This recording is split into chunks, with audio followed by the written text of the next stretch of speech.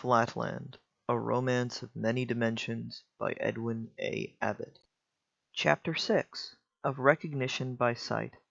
I am about to appear very inconsistent. In previous sections I have said that all figures in Flatland present the appearance of a straight line, and it was added or implied that it is consequently impossible to distinguish by the visual organ between individuals of different classes. Yet now I am about to explain to my Spaceland critics how we are able to recognize one another by the sense of sight. If, however, the reader will take the trouble to refer to the passage in which recognition by feeling is stated to be universal, he will find this qualification: among the lower classes. It is only among the higher classes, and in our temperate climates, that sight recognition is practiced. That this power exists in any regions, and for any classes, is the result of fog, which prevails during the greater part of the year in all parts save the torrid zones.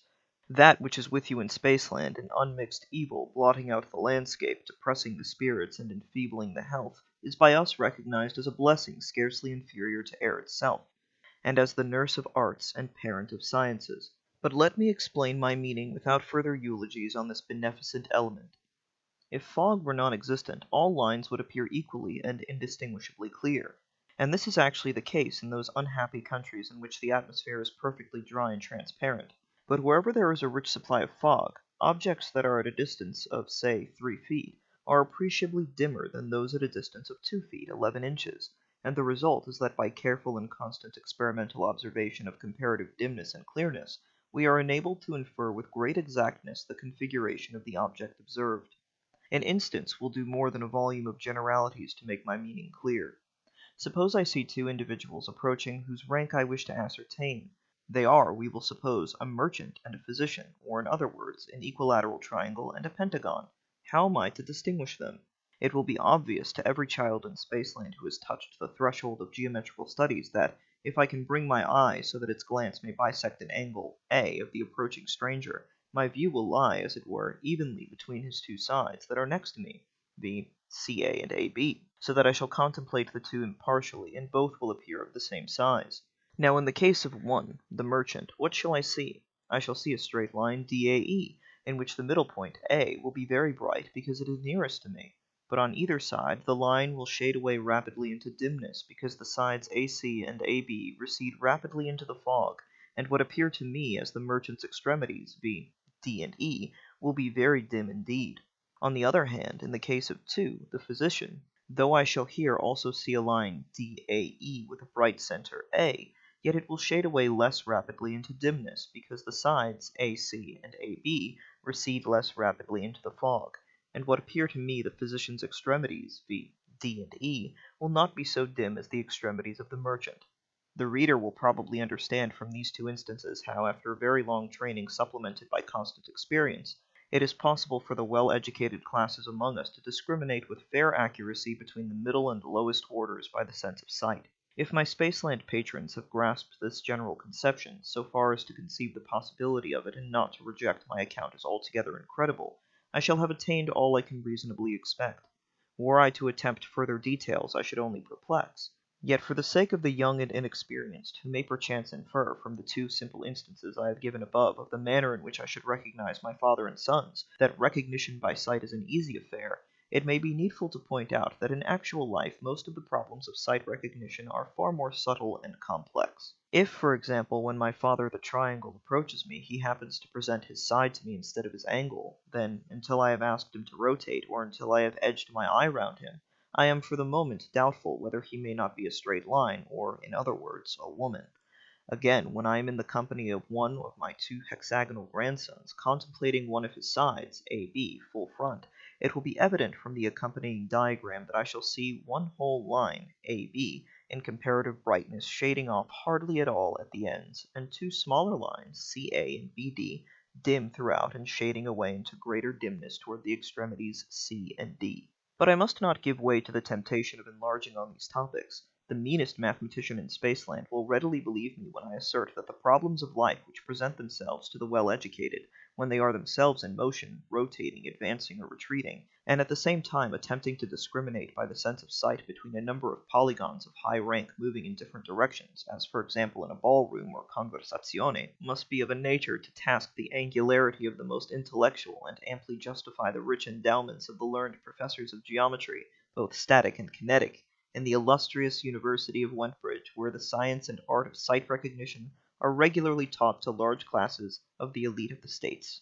It is only a few of the scions of our noblest and wealthiest houses who are able to give the time and money necessary for the thorough prosecution of this noble and valuable art. Even to me, a mathematician of no mean standing, and the grandfather of two most hopeful and perfectly regular hexagons, to find myself in the midst of a crowd of rotating polygons of the higher classes is occasionally very perplexing, and of course to a common tradesman or serf such a sight is almost as unintelligible as it would be to you, my reader, were you suddenly transported into our country. In such a crowd you could see on all sides of you nothing but a line, apparently straight, but of which the parts would vary irregularly and perpetually in brightness or dimness.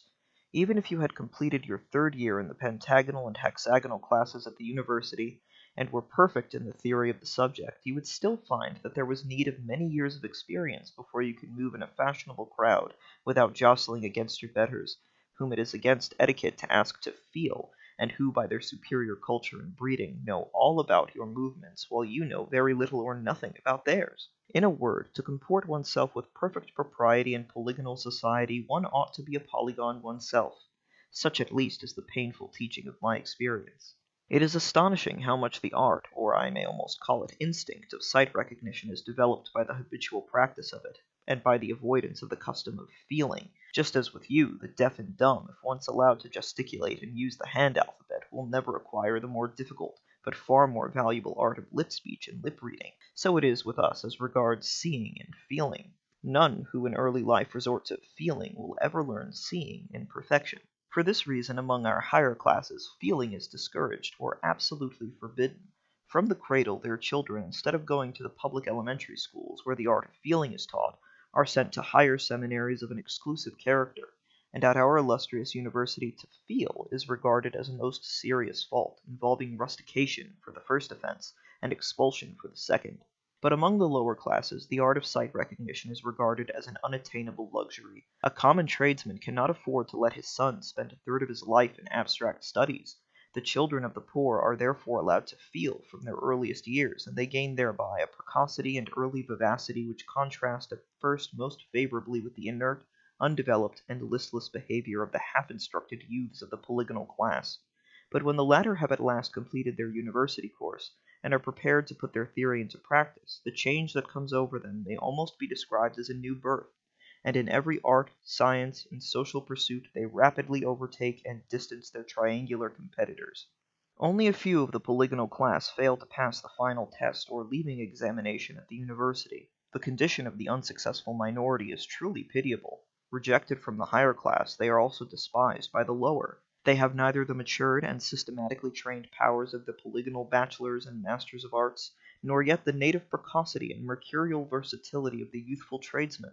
The professions, the public services are closed against them, and though in most states they are not actually debarred from marriage, yet they have the greatest difficulty in forming suitable alliances, as experience shows that the offspring of such unfortunate and ill-endowed parents is generally itself unfortunate, if not positively irregular. It is from these specimens of the refuse of our nobility that the great tumults and seditions of past ages have generally derived their leaders, and so great is the mischief thence arising, that an increasing minority of our more progressive statesmen are of opinion that true mercy would dictate their entire suppression, by enacting that all those who fail to pass the final examination of the university should be either imprisoned for life or extinguished by a painless death.